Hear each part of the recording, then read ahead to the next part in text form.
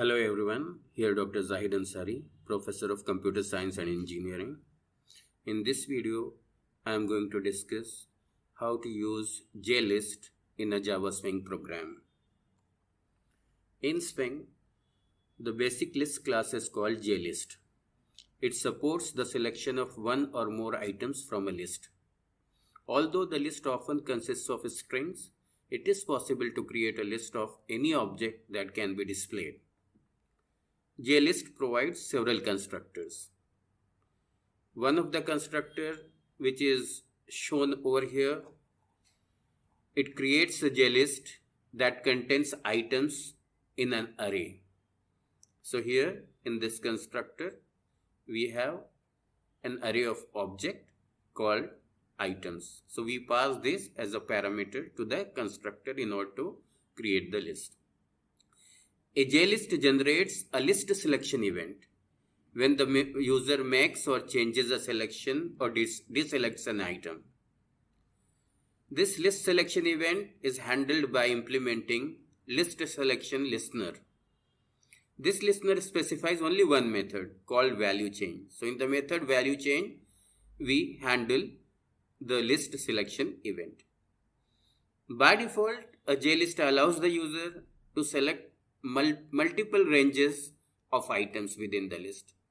But you can change this behavior by calling set selection mode. So you can set the mode so you can have only single item selection or a single range selection, or by default it is multi-range selection. Now we'll see an example. So here we demonstrate an applet which has a simple JList, and this JList, it holds a list of cities. So see over here, we have our applet and it is having a list of cities. Each time a city is selected in the list, a list selection event is generated, which is handled by the value change method defined by the list selection listener. Okay, and this method value change, it responds by obtaining the index of the selected item, like which city got selected, it obtains its index, and accordingly it displays the name of the selected city in the label which is shown below over here. So whichever city is selected, its name appears over here as the current selection. So here London is selected, so it displays current selection is London. Okay, now we'll see the code for this. Okay, so our class is JList demo, which is an applet, so it extends the JApplet. It imports the packages javax.swing.star, javax.swing.event.star, and java.awt.star. These packages we need to get access to the Swing controls and to the event handling classes and interfaces. Okay, so in JList demo class, we define three data members: one JList object, JLST, another label object, JLab, and the third is a scroll pen object, because our list will have a number of cities in this, and if the viewing area it is small, then in that case we want it to be scrollable. So we want to add our JList into a scroll pen. So for that we are having a J scroll pen object. Okay, so these three data members are there. Then we are defining the array of string in which we are putting all the cities which we want to be listed in our list. Okay, so we are having some 12 cities starting from New York, Chicago, Houston, Denver, Los Angeles, Seattle, London, Paris, New Delhi, Hong Kong, Tokyo, Sydney. Okay, now in our class we are having two methods over here. One is the method init and the other method is make GUI. In method make GUI we create our GUI, So first we set the layout. We are setting the layout to flow layout. We want the controls to go from left to right and from top to bottom. That's why we are setting the layout to flow layout. After that, we are creating our JList. So we are calling new JList, and to the JList constructor, we are passing the cities array. Okay. So basically this will become the list of cities over here. Okay. The object reference is JList. Okay. After that, we are setting the selection mode to the single selection. Let's say we want to select only one city at a time. So we are calling the method set selection mode, and we are specifying the mode as the single selection. Okay. So our list will select one city at a time. Okay. Once our list is created, now we want it to be scrollable. So for this purpose, we are creating an instance of the JScroll pane, and in that we are passing this JList. So we are creating JScroll pane object, okay, right, which is taking our JList object over here. So it will become the scrollable JList. JScroll pane will contain this list, okay. We also specify the preferred size of the scroll pane.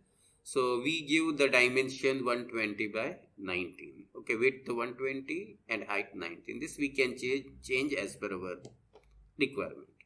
Okay. Now we have one label over here. So we are instantiating the label. Okay. And initially we are putting the text on the label, choose a city. Okay. Once we do this, after that, if a list item is selected, then in that case, list in a selection event will be generated, and we need to handle that list selection event, and that will be done through the list selection listener. So on the list, we are calling the method add list selection listener, and in that we are passing as a parameter our own list selection listener, in which we are providing the implementation of the method value chain, which takes list selection event LE as a parameter. So what we do when a list item is selected and list selection event is generated and value chain method is called, then we want to know actually which item got selected. Okay, so for that, on the JList object, we call the method getSelectionIndex. So it will give us the index of the item. If none of the item is selected, then in that case index will be -1. Otherwise it will return the index of the city which got selected. Okay. Now based on what is the index we got, so if the index is not -1, then in that case what we do is we display in the label the current selection is, based on the index we display the name of the city, right? Cities, and we specify the proper item from the city based on the index over here. That name will be selected. But if the index is -1, in that case we just said that choose a city, because no city is selected, so we want to display in the label that choose a city. Okay. After that, we add the scroll pane to the content pane of our applet, and we also add the label to the content pane of the applet. So this finishes our making of the GUI. Okay. So then after that, there is a method in it, right, in which we invoke the make GUI in the event dispatching thread. To do that, we are calling Swing Utilities invoke and wait method, and we are providing an implementation of a runnable and implementation of a run method. Within that, we are calling make GUI. Okay, so let's run and see how it works. Okay, so I am running the file over here. See, we got over here, right, a list over here which is scrollable. Okay, so we are able to see this. So now no city is selected and our label is displaying choose a city. Okay, if we select a city, then an list selection event will be generated, and that will be handled by our method value change, what we have described. There will be getting the index of the selected item, and then we'll be displaying its name as a current selection in the label. Okay, so let's select Houston over here. So if I select Houston, see, so it is changing current selection to Houston. Okay, if I change to Chicago, then current selection is Chicago, and if I change Los Angeles, it is current selection Los Angeles, right? So this way, depending on which city we are changing, it is displaying. Okay, so this finishes the demonstration of using the JList in a Java Swing program.